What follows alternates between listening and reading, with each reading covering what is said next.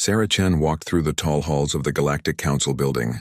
Her footsteps echoed off the smooth walls made of some alien metal that always felt cold to touch. She had been humanity's voice here for 5 years now, but still felt small in these massive corridors built for beings much larger than humans. The other species always looked down at her, not just because she was shorter than most of them, but because they treated humans like children who needed protection. Every meeting was the same story. The council would give humans simple jobs: mining rocks in space, cleaning up old battlefields, or watching empty borders where nothing ever happened. Humans are still young, they would say with their strange voices. You need time to grow. Let the older races handle the important work. Sarah had heard this so many times she could repeat it in her sleep, but today felt different. Today she had been called to a special meeting that no human had ever been invited to before. The meeting room was darker than usual. Only a few council members were there, not the hundreds that usually filled the great chamber. Ambassador Kethtar from the Vorthak species gestured for Sarah to sit. His 6 arms moved like tree branches in wind, and his large black eyes never seemed to blink. Ambassador Chen, Kethtar spoke in the common galactic language. We have information to share with you. Important information about threats to human colonies. Sarah sat up straight. This was unusual. The council never shared real intelligence with humans. They always said humans were not ready for such serious matters. A floating screen appeared in the air between them. It showed a map of human space with red marks on several worlds. Sarah recognized them. These were colonies that had gone quiet in recent months. The official report said they were attacked by unknown raiders from outside the galaxy. These attacks, Kethtar continued, they are more serious than we first thought. The raiders have technology we do not understand. Very dangerous technology. Sarah studied the map more closely. Something felt wrong about the pattern of attacks. The destroyed colonies were all new settlements, places where humans had been trying new things. Better farming methods, faster ships, stronger weapons.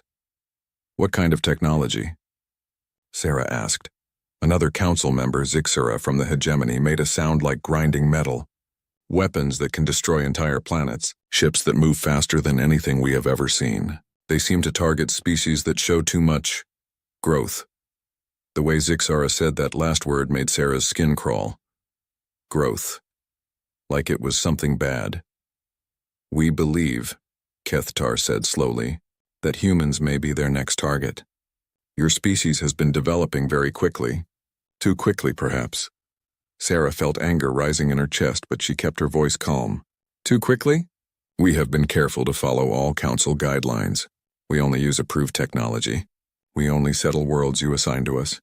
Yes, Kethtar waved 2 of his arms. But humans are different. You adapt fast. You learn fast. You fight with passion.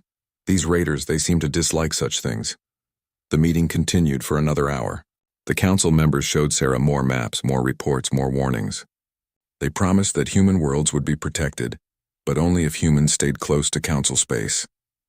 No more exploring the far edges of the galaxy. No more experimental technology. No more expanding their territory. As Sarah left the meeting, she felt confused and worried.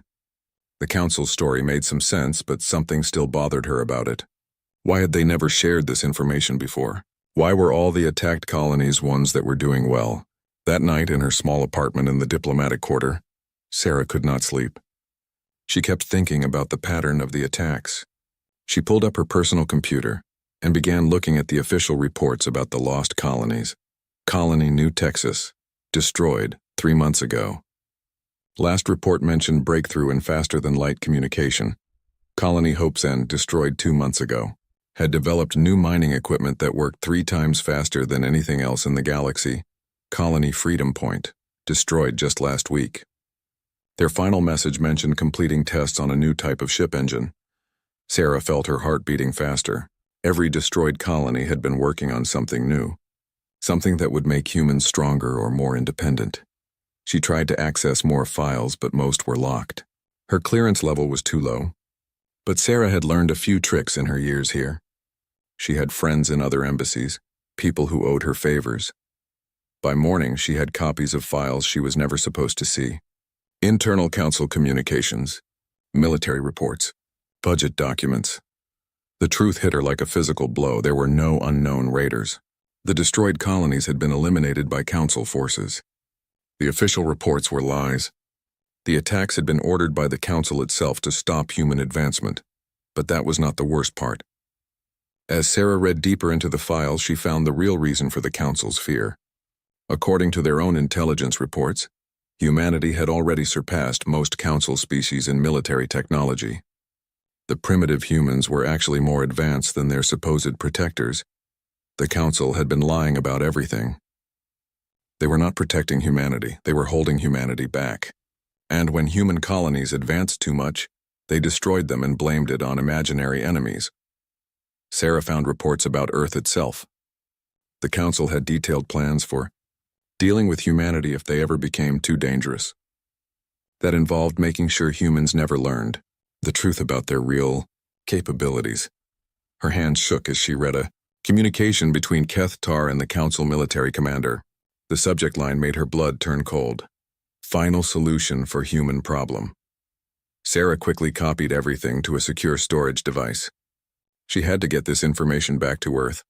Humanity needed to know what the Council really thought of them. But as she prepared to leave, Sarah realized something else. If the Council was this scared of humans, it meant humans were much stronger than anyone had told them. All those years of being treated like children, of being given simple jobs, of being told they were too weak for real responsibility, it had all been lies to keep humanity from realizing their own power. The Council had made a terrible mistake. They had been so focused on keeping humans down that they had forgotten something important about human nature. When humans discovered they had been betrayed, when they learned that their own people had been murdered to keep them weak, they would not just be angry, they would be furious. And fury, Sarah knew, was something humans did very well. She packed her belongings and prepared for the fastest trip back to Earth she had ever made. The Council thought they could control humanity by keeping them ignorant and afraid. They were about to learn how wrong they were. As her ship lifted off from the Council world, Sarah looked back at the great towers and floating platforms of their civilization. It looked so powerful, so permanent, so untouchable, but Sarah had seen the fear in their reports. She had read their desperate plans. The great galactic council, rulers of thousands of worlds, were terrified of one small blue planet and its angry children. Soon, humanity would know why. The emergency meeting in Geneva was not going well. Sarah Chen stood at the front of the room, her datapad in hand, facing the most powerful people on Earth. Presidents, prime ministers, military leaders, and corporate heads all stared at her with expressions ranging from shock to disbelief. "Let me understand this correctly," said President Martinez, leaning forward in his chair. "You're telling us that the Galactic Council has been lying to us for 30 years? That they destroyed our own colonies?" "Yes, sir," Sarah replied, her voice steady despite the weight of what she was revealing. "The evidence is all here. The Council sees us as a threat that needs to be controlled." Director Kim of Earth Defense shook his head. "This is hard to believe, Ambassador. The Council has given us so much: advanced medical technology, clean energy systems, space travel capabilities. Why would they help us if they saw us as enemies?" Sarah had expected this reaction. 30 years of friendship with the Council was not easy to throw away, even with proof of betrayal. They gave us those things to keep us happy and dependent. Look at what they gave us. Always technology that was already old by their standards. Always just enough to make us grateful, never enough to make us equal. General Harrison, head of Earth's Space Forces, studied the documents on his screen. "Even if this is true, what can we do?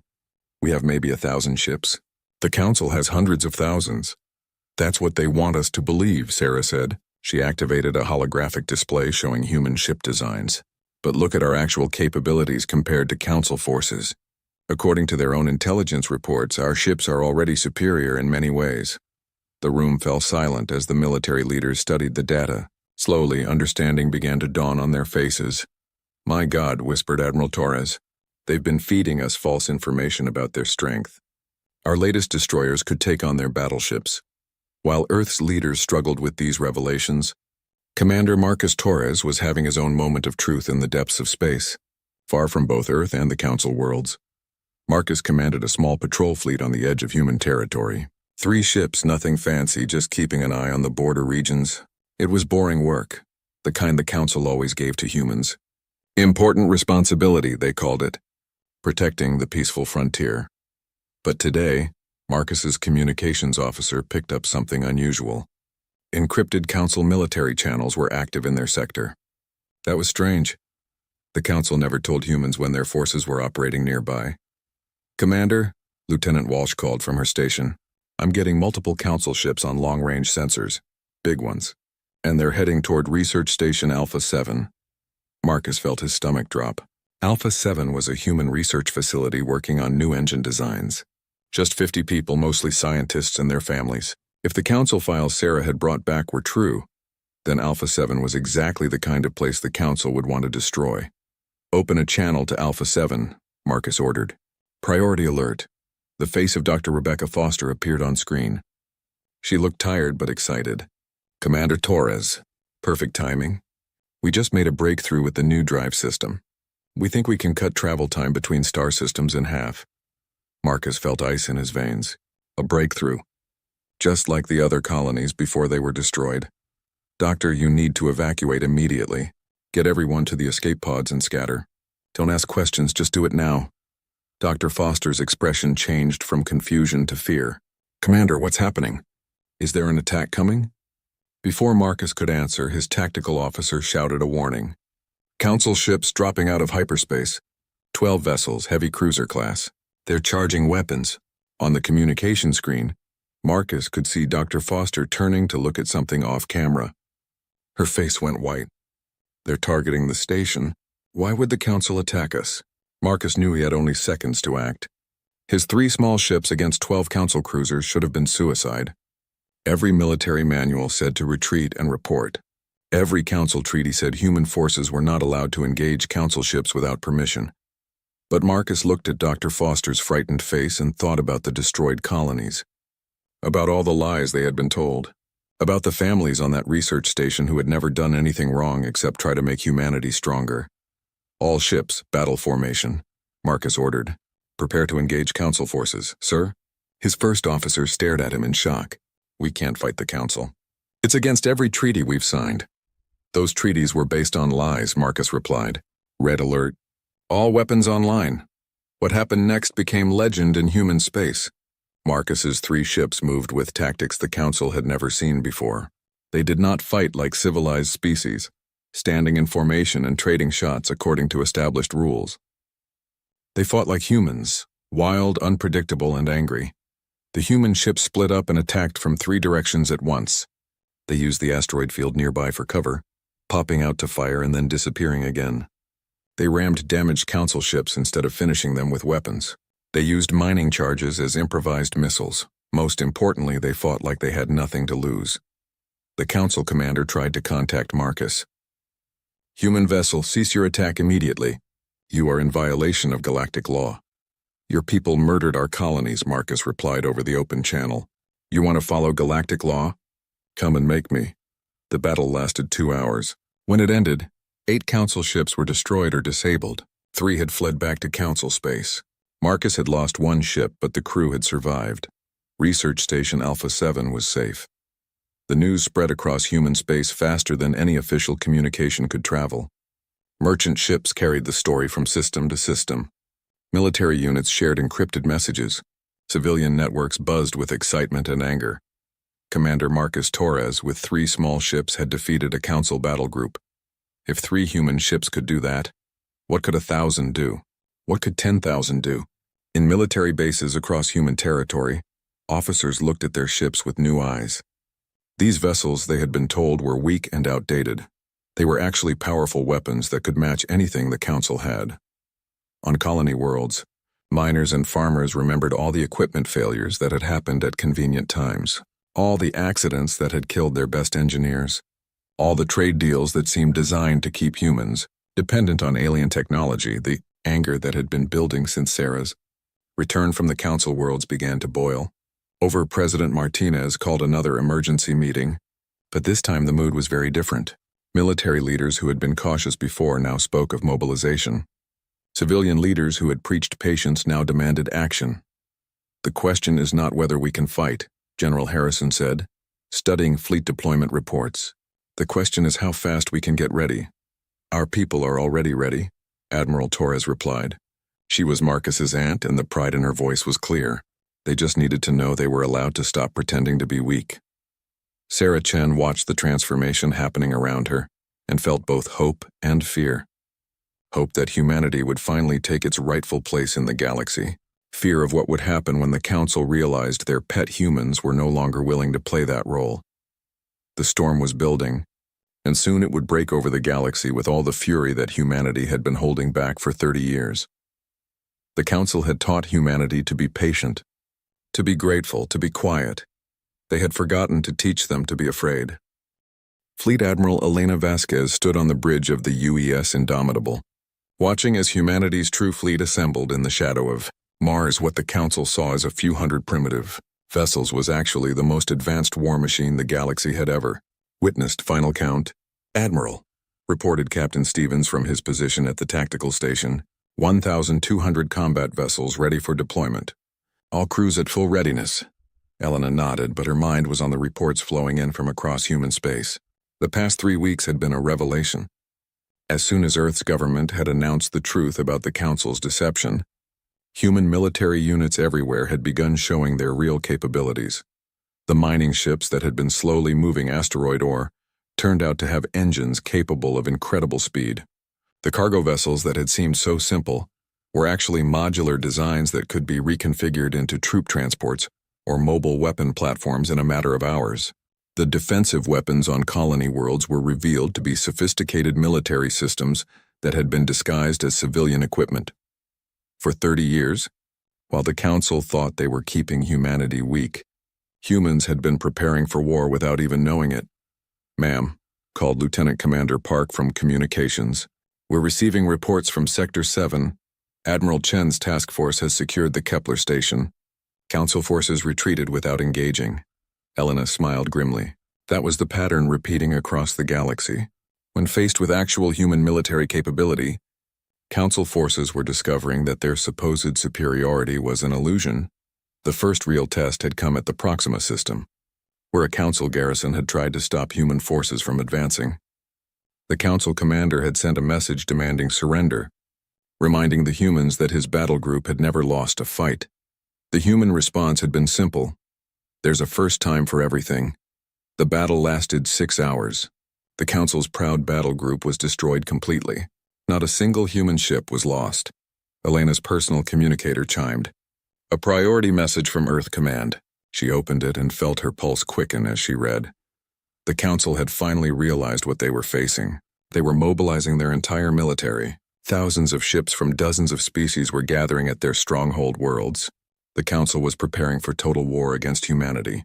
All commanders, report to the briefing room, Elena announced over the ship's communication system. 10 minutes later, the senior officers of humanity's fleet were gathered around the holographic tactical display. The map showed Council forces throughout the galaxy, far more than the humans could match in pure numbers. "They have us outnumbered 5-1, Elena said without emotion. "Their ships are bigger than ours. They have more resources, more weapons, more experience." The room was quiet. Everyone knew these facts already. "They also," Elena continued, "have no idea how to fight humans." She activated a series of recordings from recent battles. Council ships moving in predictable formations. Council commanders following ancient tactical doctrines. Council forces retreating when their plans failed instead of adapting to changing situations. For 1,000 years, the Council species have fought the same way. They line up their ships, fire their weapons, and wait to see who runs out of ammunition first. It works fine when everyone follows the same rules. Admiral Torres, Marcus's aunt and commander of the Second Fleet, leaned forward. "But we don't follow their rules." "Exactly. We adapt, we improvise. We do whatever it takes to win." Elena changed the display to show human fleet movements. "While they're gathering their forces for one big battle, we're going to tear their empire apart piece by piece." The plan Elena revealed was audacious. Instead of meeting the Council in a traditional fleet engagement, human forces would strike simultaneously at dozens of Council worlds. Not the heavily defended military bases, but the industrial planets, the supply depots, the communication hubs that kept the Council's empire running. "Each task force will have one goal," Elena explained: "cause as much damage as possible, then disappear before reinforcements arrive. Make them chase us. Make them split their forces. Make them panic. Captain Rodriguez from the Third Fleet raised a concern. Admiral, what about civilian casualties? Many council worlds have billions of non-combatants. Elena's expression grew serious. We target military and industrial facilities only. No civilian populations. We're not like them. We don't murder innocents to make a point. The room murmured approval. This was important. Humanity was fighting to survive, but they would not become monsters in the process. Remember, Elena continued, every species in the council was told the same lies about us. Many of them genuinely believe we're dangerous primitives who need to be controlled. When they see how we really fight, with honor, with precision, with restraint, some of them might start asking questions about what else the council has lied about. The offensive began at exactly 000 hours, Galactic Standard Time. Across a front spanning half the galaxy, human task forces struck simultaneously at 73 council installations. The results exceeded even Elena's optimistic projections. At the Centauri shipyards, Admiral Park's forces destroyed 3 battleships under construction and eliminated the facility's production capability for months, all without a single civilian casualty. In the Vega system, Captain Williams led a strike force that captured an entire council intelligence base, along with years of classified files about council operations. At the industrial world of Kepler 442, Commander Jackson's ships disabled the planet's orbital manufacturing stations using precise strikes that left the civilian cities untouched. But the most significant victory came at the Council's main communication hub in the Alpha Centauri system. Captain Torres, Marcus's younger brother, led a daring raid that not only destroyed the facility, but also transmitted a message to every world in Council space. The message was simple. Broadcast in the languages of all Council species, this is Captain David Torres of the Human Defense Force. For 30 years, your governments have lied to you about humanity. They told you we were primitive and dangerous. They destroyed our colonies to prevent us from growing stronger. They planned to eliminate our entire species because they feared what we might become. We are not your enemies. We fight only because we have been forced to defend ourselves. But we will not be caged. We will not be controlled. And we will not allow anyone to commit genocide against innocent people. Ask your leaders why they fear one small species so much. Ask them what else they have hidden from you. Ask them if their version of peace is worth the price they demand. The message created chaos throughout Council space. On dozens of worlds, civilian populations began questioning their governments. Some species that had been minor members of the Council saw an opportunity to break free from alien control. Others, inspired by human defiance, began demanding answers about their own treatment by the Council hierarchy. Elena watched the reports flowing in from across the galaxy and felt a mixture of pride and concern. The human offensive was succeeding beyond all expectations, but she knew the Council would not surrender easily. They would fight back with everything they had, and when they did, humanity would be ready. On colony worlds throughout human space, civilians were converting their mining equipment into weapons. Farmers were turning their agricultural drones into reconnaissance units. Engineers were working around the clock to retrofit merchant ships for military duty. The Council had spent decades trying to keep humanity weak and divided.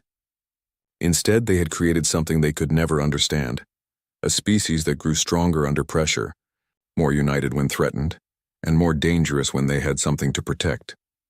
Elena looked out at the stars and thought about the battles to come. The Council still had numerical superiority. They still controlled most of the galaxy. They still believed they could crush humanity through brute force. They were about to learn why that was the worst mistake they could possibly make. Humans had been holding back for 30 years, playing the role of grateful junior partners while secretly growing stronger. Now the mask was off.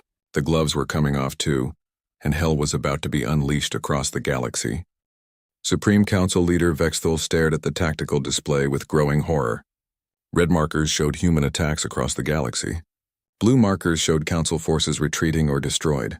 In just 2 weeks, humanity had shattered the illusion of Council invincibility. "Report," Vexthul demanded, his 3 voices speaking in perfect unison, as was traditional for his species.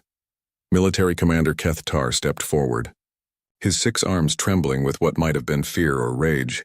The humans have struck simultaneously at 112 installations. Our shipbuilding capacity is reduced by 40%. Our communication networks are in chaos. And worst of all, 7 species have declared independence from the Council. The briefing room fell silent except for the soft humming of the ship's life support systems. The Galactic Council, which had ruled most of the known galaxy for over 1,000 years, was falling apart. "How many ships have we lost?" asked Council Member Zixara, her metallic voice grinding with electronic static. 317 destroyed or disabled, Kethtar replied. Against only 21 human vessels lost. The numbers were staggering. For every human ship destroyed, the Council had lost 15. The species that had dismissed humanity as primitive barbarians were being systematically defeated by those same primitives. "This cannot continue," Vexthul declared. "The other species are beginning to question our authority. If humanity succeeds in their rebellion, our entire civilization will collapse." Council Member Threx, representing the warrior species of the Outer Rim, spoke with barely contained anger. "Then we must show them the price of defying us. No more selective strikes, no more measured responses. We must destroy them completely. The humans are protected by their homeworld's defenses," Kethtar pointed out. "Every attempt to approach Earth has been repelled. Their orbital platforms and planetary shields are more sophisticated than our intelligence reports indicated." "Then we use the World Breaker," Threx said. The room went completely silent. The World Breaker was the Council's ultimate weapon, a device capable of destroying entire planets. It had been built centuries ago and used only once, to eliminate a species that had tried to develop weapons of mass destruction.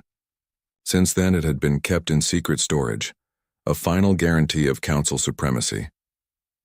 "The World Breaker has not been activated in over 300 years, Zixara protested. "We do not even know if it still functions." "It functions," Vexthul said quietly. "I have personally overseen its maintenance. It is ready for deployment." The other Council members exchanged looks. Using the World Breaker against Earth would mean committing genocide against the entire human species. 4 billion people living on their homeworld, plus the billions more on colony planets that would be left leaderless and defenseless. "There must be another way," said Council Member Yiltar, the youngest member present. "Perhaps we can negotiate terms of surrender. Offer the humans a place in the Council as equal members." Equal members? Threx's warrior species had no concept of equality with those they considered inferior. They are animals who learn to use tools. They do not deserve equality with civilized beings. "These animals," Kethtar said bitterly, "have destroyed half our fleet in 2 weeks." The argument continued for hours, but the outcome was inevitable. The Council's authority was based on fear and overwhelming force. If they could not crush humanity's rebellion, other species would begin to rebel as well. The empire that had brought peace and order to the galaxy would crumble into chaos. The order was given. The World Breaker would be deployed against Earth. On the planet Kepler 438, former Council species Feldara watched the human ships in orbit with a mixture of hope and fear. Her people had been among the first to declare independence after hearing Captain Torres's broadcast. Now they waited to see if humanity could protect them from Council retaliation. "The human commander wishes to speak with you," her aide reported. Feldara activated the communication system. The face that appeared on screen was young for a human, but his eyes held the confidence of someone who had seen combat.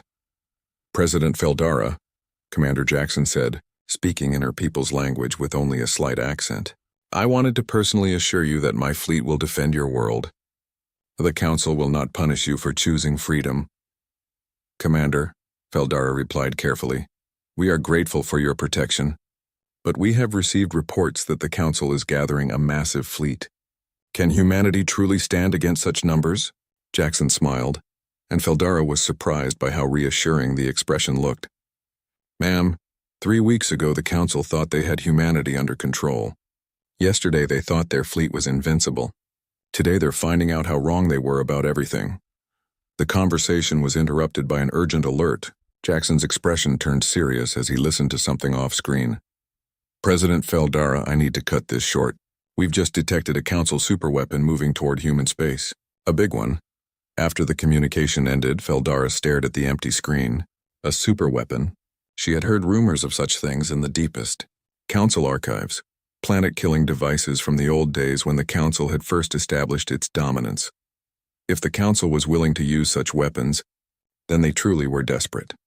In the Sol system, alarms were sounding across every human installation. The massive object moving toward Earth was unlike anything in recorded history.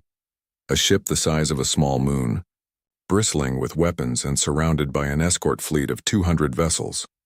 Fleet Admiral Elena Vasquez stood in Earth Defense Command, watching the displays with grim determination.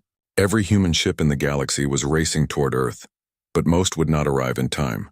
The defense of humanity's homeworld would depend on the orbital platforms and planetary shields that had been secretly built over the past 30 years. Estimated time to weapons range? Elena asked. 16 hours at current speed, reported the tactical officer. The weapon appears to be some kind of planet cracker. If it fires on Earth, it won't get the chance, Elena said firmly. Signal all platforms to prepare for maximum defensive fire. Activate every shield generator on the planet and in orbit, and send a message to every human ship in the galaxy. If Earth falls, they are to continue the fight until every Council world burns. As the Worldbreaker approached, its massive size becoming visible even to observers on Earth's surface, President Martinez addressed the planet from his bunker deep beneath Geneva. Citizens of Earth, he began, his voice carrying to every screen and speaker on the planet. We face our greatest test. The Council has sent a weapon capable of destroying our world because they cannot defeat us in fair combat. But we are not afraid. We have faced extinction before and we have always survived. On colony worlds throughout human space, people gathered around communication screens to watch their homeworld's final battle.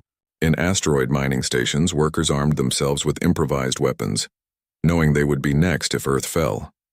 On frontier settlements, families hugged each other while keeping watch for Council ships. The Worldbreaker entered the outer edge of the Sol system and immediately came under attack from the farthest orbital defense platforms. The massive ship's shields absorbed the incoming fire without visible effect. But the humans were not trying to destroy it yet.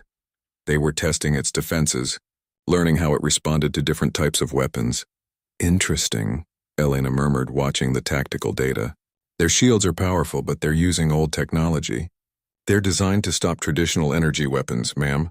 The tactical officer looked confused. Elena smiled for the first time in days. Send a signal to Platform 7. Tell them to prepare the surprise we've been saving. As the Worldbreaker approached Earth, confident in its invulnerability, the humans were about to teach the Council their most important lesson yet. Never underestimate the species that turned their oppression into preparation. The battle for Earth was about to begin, and humanity had one more surprise waiting for their enemies. The Worldbreaker fired its planet-killing weapon at Earth, a beam of pure energy that had destroyed worlds before. For a moment that seemed to last forever, the beam struck the blue planet that had given birth to humanity. And then something impossible happened. The energy beam stopped, held suspended in space by a network of defensive fields that surrounded Earth like a glowing web. The beam hung there for 3 seconds, growing brighter and more intense as the planetary defense grid absorbed its power. Then the grid did something the Council had never imagined possible. It reversed the energy flow. The Worldbreaker's own weapon, amplified and redirected, struck back at the massive ship with devastating force. Shields that had been designed to withstand any assault collapsed instantly under the power of their own ultimate weapon. The ship's hull, built to survive anything the galaxy could throw at it, cracked like an eggshell. Supreme Council leader Vexthal watched in horror as his greatest weapon tore itself apart. Impossible, he whispered. No species has ever developed technology capable of redirecting the Worldbreaker's beam. Sir, his communications officer called out in panic. We're receiving a transmission from the human fleet. They're offering terms of surrender. Surrender? Vexthal could barely comprehend the word. They want us to surrender to them? On the bridge of the UES Indomitable, Fleet Admiral Elena Vasquez opened a communication channel to every Council ship in the Sol system. Her image appeared on screens throughout the enemy fleet, and her voice carried clearly through the static of damaged communication systems. Council forces, Elena said calmly. This is Fleet Admiral Elena Vasquez of the Human Defense Force. Your ultimate weapon has failed. Your escort fleet is surrounded by our vessels. You have one chance to avoid complete annihilation. She paused, letting the weight of her words sink in. Around the crippled Worldbreaker, Human ships had appeared as if from nowhere. Hundreds of vessels that had been hidden in the asteroid belt, waiting for this moment. You will power down your weapons and surrender your ships. Any vessel that attempts to flee will be destroyed. Any ship that continues to fight will be destroyed. Your choice is simple: surrender or die. The response came from Council Military Commander Keth Tar, his 6 arms trembling with rage. Humans, you do not understand what you have done. Without the Council to maintain order, the galaxy will fall into chaos. Hundreds of species will go to war with each other. Billions will die. That might have been true, Elena replied, if we planned to rule like you did, but we don't. Before Keth Tar could respond, Elena activated a galactic broadcast system that reached every inhabited world in known space. Her voice, translated into thousands of languages, carried humanity's message to every corner of the galaxy. People of the galaxy, Elena began. This is Fleet Admiral Elena Vasquez of the Human Defense Force. The Galactic Council's reign of terror is over. For 1,000 years, they have maintained peace through fear, controlling your species by convincing you that you needed their protection from each other. We offer you something different. We offer you freedom to choose your own path, to develop your own technology, to govern yourselves as you see fit. We will not rule over you. We will not demand tribute from you. We will not destroy your worlds if you become too successful or too independent. What we will do is protect those who cannot protect themselves. We will mediate disputes between species who ask for our help. We will share our technology freely with those who want to learn. And we will ensure that no species ever again faces genocide because another species fears their potential. The broadcast continued for 20 minutes, outlining humanity's vision for a galaxy based on cooperation rather than domination. When it ended, the response was immediate and overwhelming. On worlds throughout Council space, civilian populations took to the streets demanding the removal of Council governors. Military units that had served the Council for generations laid down their weapons and declared loyalty to their own species rather than alien overlords. Entire star systems declared independence in the first hour after Elena's broadcast, but not all Council forces were ready to surrender. The fanatic core, the species that had built their entire identity around Council supremacy, retreated to their fortress worlds and vowed to fight until extinction, rather than submit to what they called barbaric apes. The siege of the Council stronghold on Nexus Prime lasted 3 months. It was unlike any siege in galactic history. Instead of simply surrounding the world and starving it into submission, human forces broadcast constant communications to the planet's population. They showed footage of human colonies where alien refugees lived in peace and prosperity. They demonstrated new technologies that improved life for everyone, not just the ruling class. They offered amnesty to any Council official who renounced the old ways and embraced the new galactic order. Most importantly, they showed restraint. When Council forces launched desperate attacks from the planet's surface, human ships disabled their weapons without killing the crews. When Council leaders sent suicide bombers against human positions, human forces captured them alive and offered medical treatment. The psychological effect was devastating to Council morale. They had spent so long convincing themselves that humans were savage monsters that they could not comprehend an enemy that showed mercy to those who tried to destroy them. The end came not through military conquest but through internal collapse. Council soldiers began surrendering in massive numbers. Civilian populations opened the city gates to human forces. Finally, even the fanatic leadership realized they had no choice but to negotiate. Sarah Chen, now Secretary General of the New Galactic Union, sat across from the former Council leaders in what had once been their great chamber of power. The massive room that had intimidated her so much during her first visit now seemed almost small. The age of species-based hierarchy is over, Sarah said simply. In the new galaxy, advancement will be based on merit, not genetics.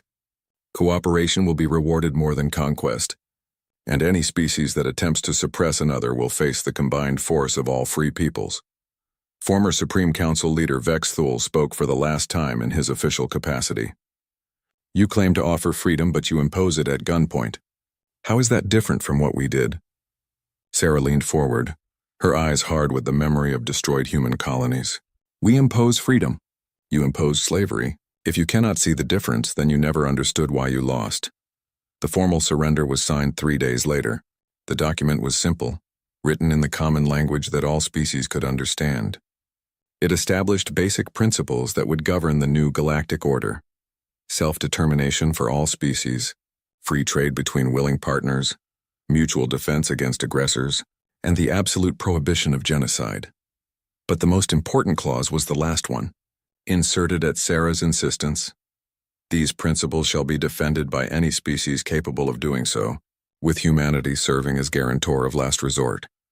The galaxy had learned that humans could be terrible enemies when provoked. Now they would learn that humans could be even better friends when treated with respect. 5 years later, Sarah stood once again in what had been the Council Chamber, now renamed the Assembly of Free Worlds. Representatives from over 300 species debated policies and trade agreements with the passion that only free beings could bring to such discussions. The galaxy was not perfect. There were still conflicts between species, still worlds struggling with poverty, still individuals who abused their power.